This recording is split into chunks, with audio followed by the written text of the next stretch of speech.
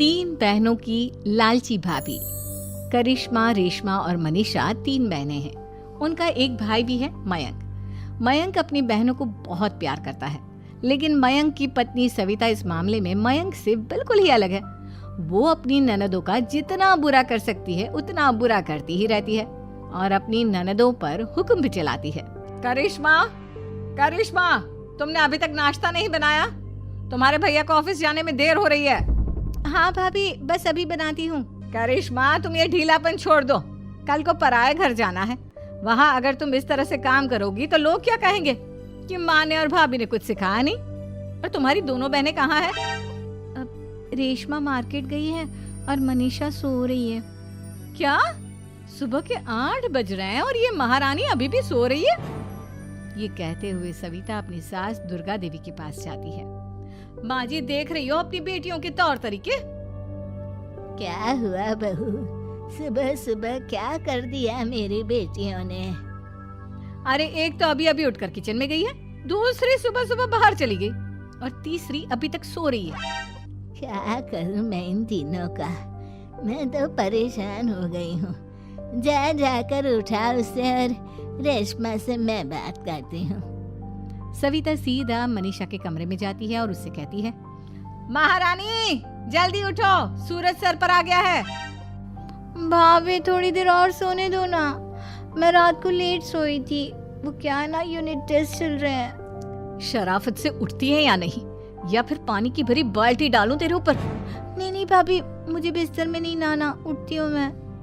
मनीषा जल्दी से उठकर बाथरूम में चली जाती है। सभी आराम से बैठकर नाश्ता कर रहे होते कि तभी रेशमा बाजार से हाथ में सामान लिए आ जाती है। रेशमा को देखते ही सविता उस पर बरस पड़ती है। लो, आ गई महारानी। ऐसा भी क्या सामान लाना था जो सुबह आंख मलते ही बाजार की तरफ रवाना हो गई? भाभी, कल आप ही तो चीख रही थी कि घर का सारा सामान मुझे ही लाना पड़ता है, घर में किसी को भी किसी काम से कोई लेना देना नहीं है। अब मैं बाजार जाकर सामान ले आई तो आपको इस बात से भी तकलीफ हो रही है? देख रही हो माँ जी, अपनी बेटी की जुबान कैंची से भी तेज चलती है। और मयंक, आप तो कुछ कहेंगे नहीं अपनी लाडली बहन को। रेशमा, अपनी भाभी से ऐसे बात नहीं करते। चलो माफी मांगो। भैया, मैं क्यों माफी मांगू? आप भाभी से बोलिए ना कि हम पर कम हुक्म चलाया करे।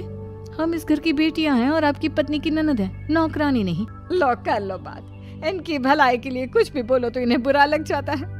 इस घर में यही इज्जत है मेरी। देख लो माँ जी, आपकी बेटी किस लहजे में मुझसे बात कर रही है। सविता वहाँ से चली जाती है। मयंक को बहुत गुस्सा आता है, वो भी वहाँ से चला जाता है। फिर करिश्मा रेशमा को समझाती है। रेशमा, तुम्हें भाभी से माफी मांग लेनी चाहिए थी ना। लेकिन दीदी, मैंने कुछ किया ही नहीं, तो मैं माफी क्यों मांगू? हाँ करिश्मा दीदी, रेशमा दीदी जैसे ही घर में आई भाभी ही उन पर चिल्ला रही थी। हाँ, मैं मानती हूँ कि गलती भाभी की थी।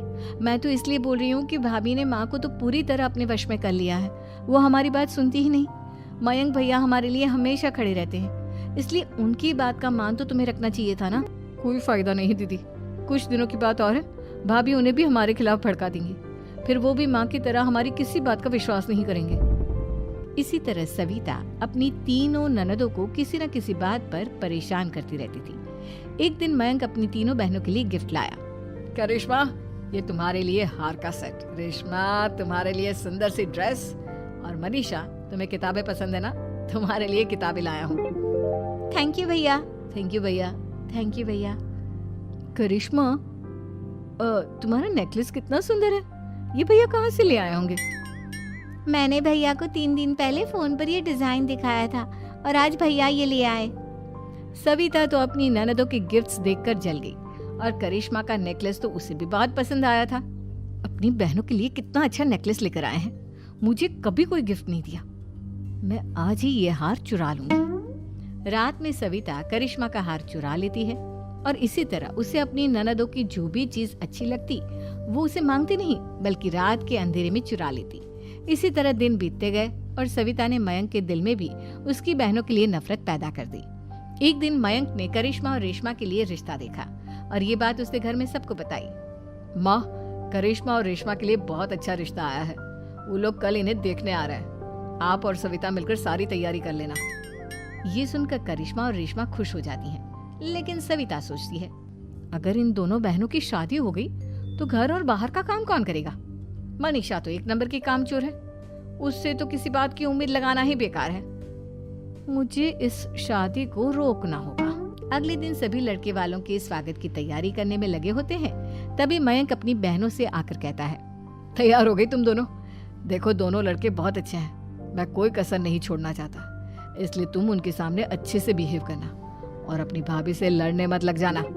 करिश्मा, तुम वो नेकलेस पहन लो ना जो मैं तुम्हारे लिए लाया था। भैया मैं बहुत देर से वो नेकलेस ढूंढ रही हूँ, लेकिन मुझे मिल ही नहीं रहा। क्या तुमने नेकलेस खो दिया? तुम्हें पता भी है वो कितना महंगा था? तुम कोई काम ढंग से नहीं कर सकती। मयंक गुस्से में वहां से चला जाता है। थोड़ी देर बाद लड़के वाले भी आ जाते हैं। वो दोनों बहनों को पसंद कर लेते हैं और रिश्ता पक्का हो जाता है। लेकिन सविता के दिमाग में तो कुछ और ही खिचड़ी पक रही थी। वो पंडित जी के पास करिश्मा की कुंडली लेकर जाती है और उन्हें पैसे देकर करिश्मा की कुंडली बदलवा देती है। जब लड़के वालों के पास करिश्मा की कुंडली जाती है तो वो दुर्गा को फोन करते हैं। बहन जी, हमने करिश्मा की कुंडली अपने पंडित जी को दिखाई थी। आपकी बेटी की कुंडली नहीं बल्कि दोषों का पिटारा है।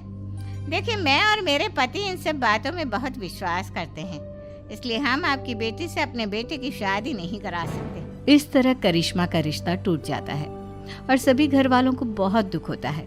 अब कविता सोचती है, चलो करिश्मा का तो रिश्ता टूट गया, अब रेशमा का भी रिश्ता तोड़ना है। क्या करूं?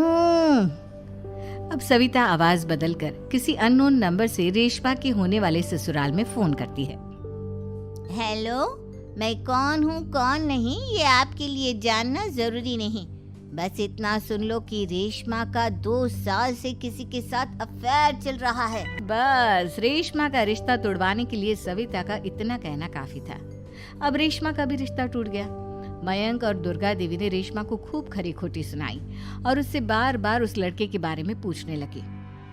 आप दोनों मुझे क्यों परेशान कर रहे हो? अरे कोई लड़का होगा मेरी लाइफ में तो मैं बताऊंगी ना, जब कोई है ही नहीं तो कहाँ से लाऊं मैं कोई लड़का? तो तेरे होने वाले ससुराल वालों को फोन किसने किया था? माँ मैं नहीं जानती किसने फोन किया था, मैं सच कह रही हूँ। मैं तो पहले ही कह रही थी इसकी लगाम खींच कर रखो, लेकिन मेरी सुनता ही कौन है। आप चुप रहिए भाभी, ये सब आपका ही किया धरा है। अब तीनों बहनों को विश्वास हो जाता है कि ये सब उनकी भाभी ही कर रही है। तीनों बहनें अपनी भाभी को सबक सिखाने के लिए एक वकील कर लेती है और घर में हिस्सा मांगना। देखो भैया, माँ बाप की जायदाद में जितना बेटों का हक होता है उतना ही बेटियों का, इसलिए इस घर के 4 हिस्से होंगे और हमें अपना हिस्सा चाहिए। मैंने तुम्हारे लिए क्या क्या नहीं किया और तुम इस घर में हिस्सा मांग रही हो?